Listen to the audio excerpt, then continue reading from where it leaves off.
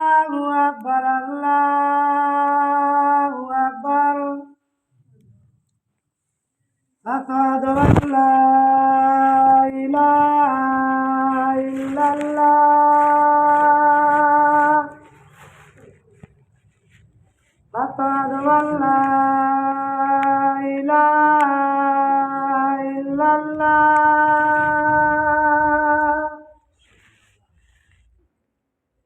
أشهد أن محمدا رسول الله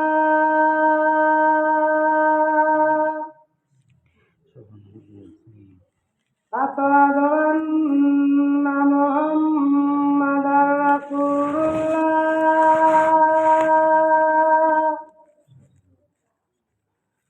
حي على الصلاة حي على الصلاة حي على الفلاح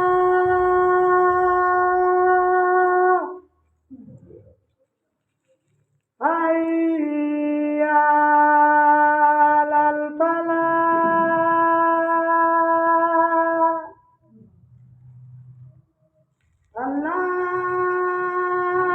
الله أكبر الله أكبر لا إله إلا الله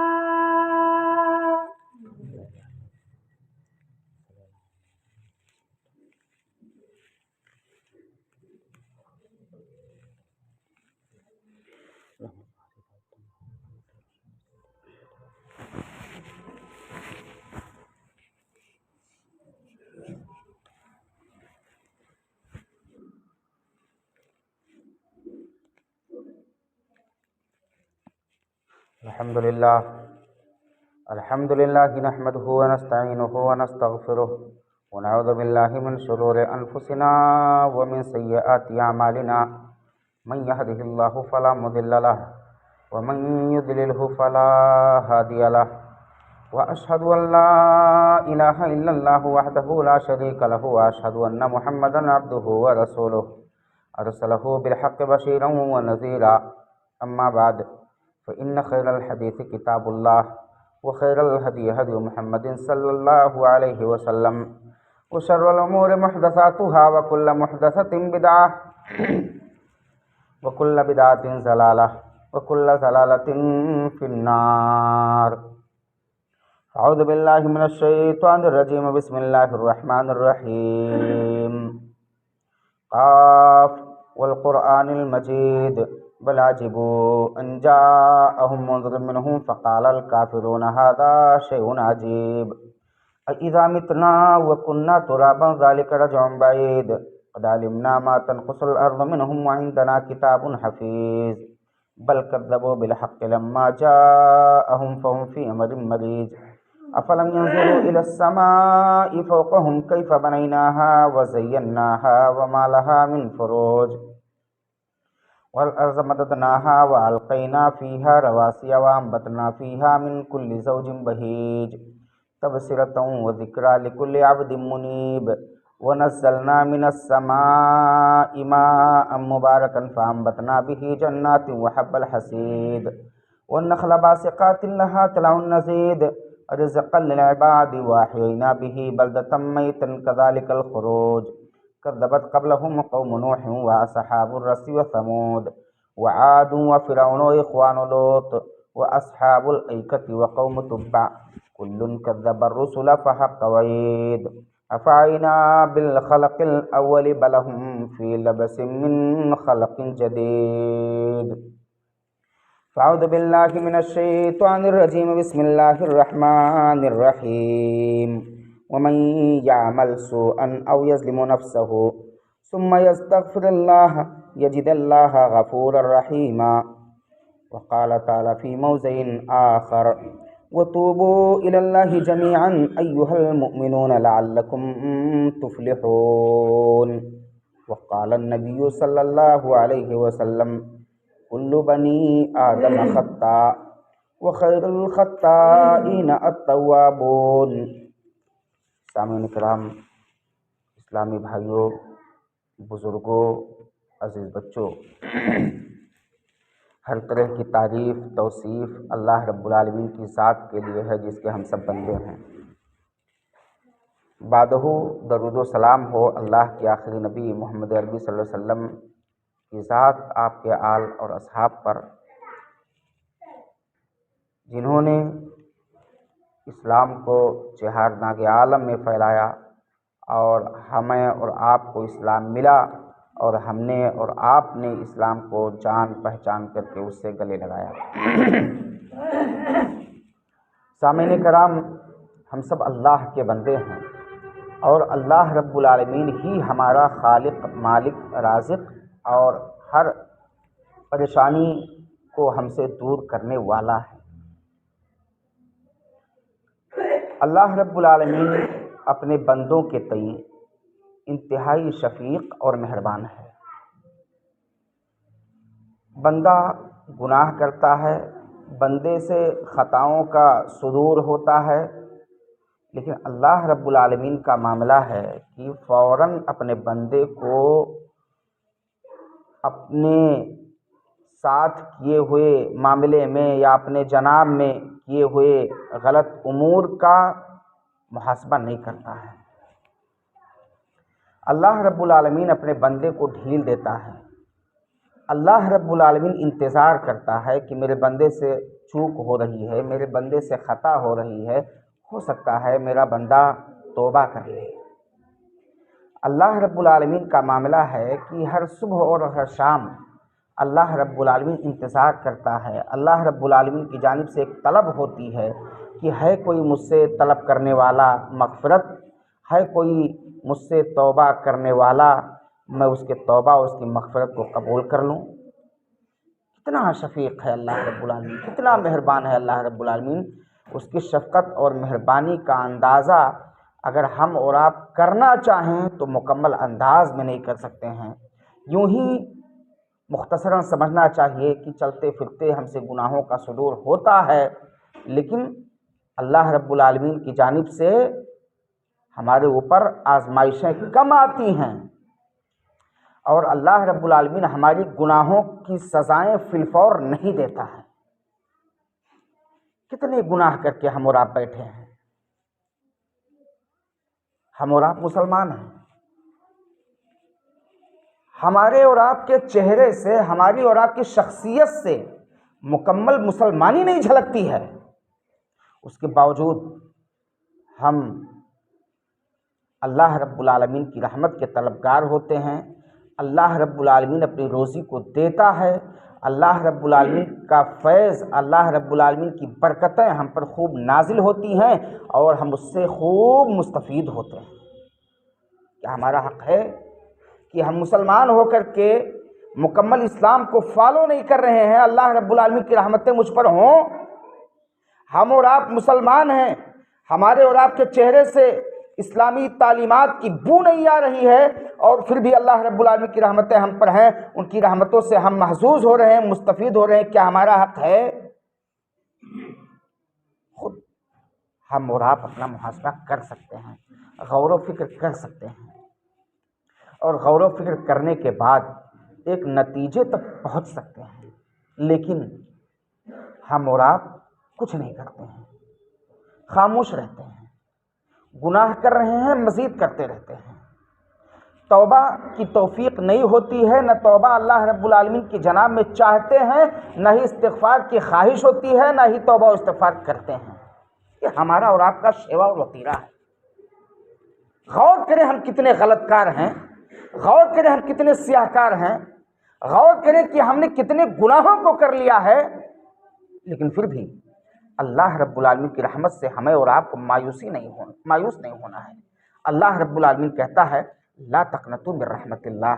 اللہ رب العالمین کی رحمت سے مایوس نہ ہو، ان اللہ یغفر الذنوب جميعا، اللہ رب العالمین بندے کے تمام گناہوں کو بخش دیتا ہے، بشرط ہے کہ وہ بندہ شرک نہ کیا ہو، بندہ شرک نہ کیا ہو، مشرک کو اللہ رب العالمین نہیں بخشے گا اس وقت تک جب تک وہ خلوص دل سے توبہ نہ کر لے۔ باقی اور چوری کیا ہو،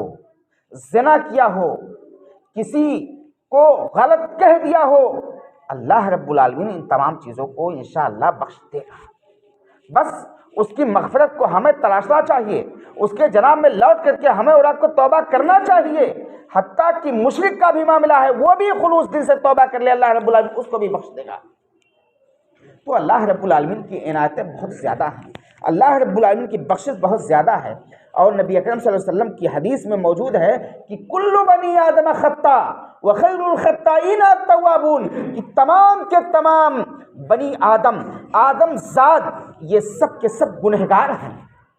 لیکن ان گنہگاروں میں سب سے بہتر اللہ رب العالمین کے نزدیک کون ہے؟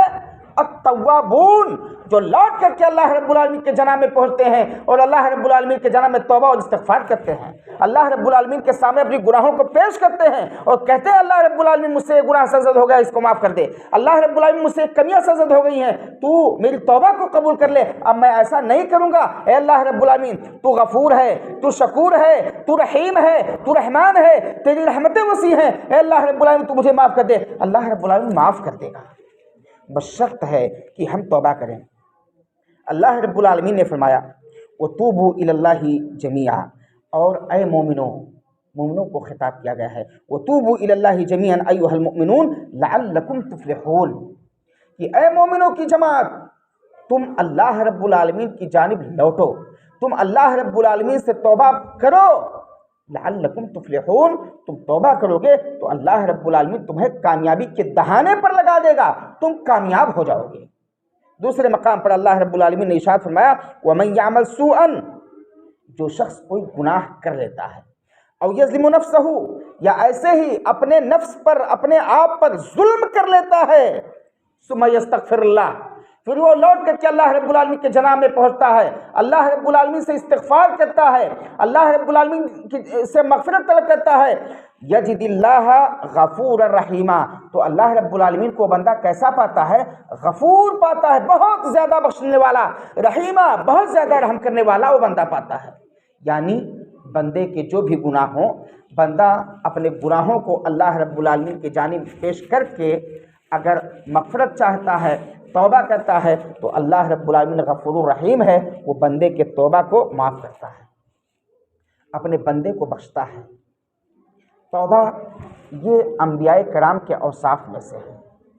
انبیاء کرام بھی اللہ رب العالمین کے جناب میں توبہ کرتے تھے اور اللہ رب العالمین ان کی توبہ کو بھی قبول کرتا تھا۔ جناب آدم اور حوا علیہ السلام کا مسئلہ دیکھیے کہ جن سے نسل انسانی کو فروغ ملی، نسل انسانی پروان چڑھی، جب ان سے گناہوں کا صدور ہوتا ہے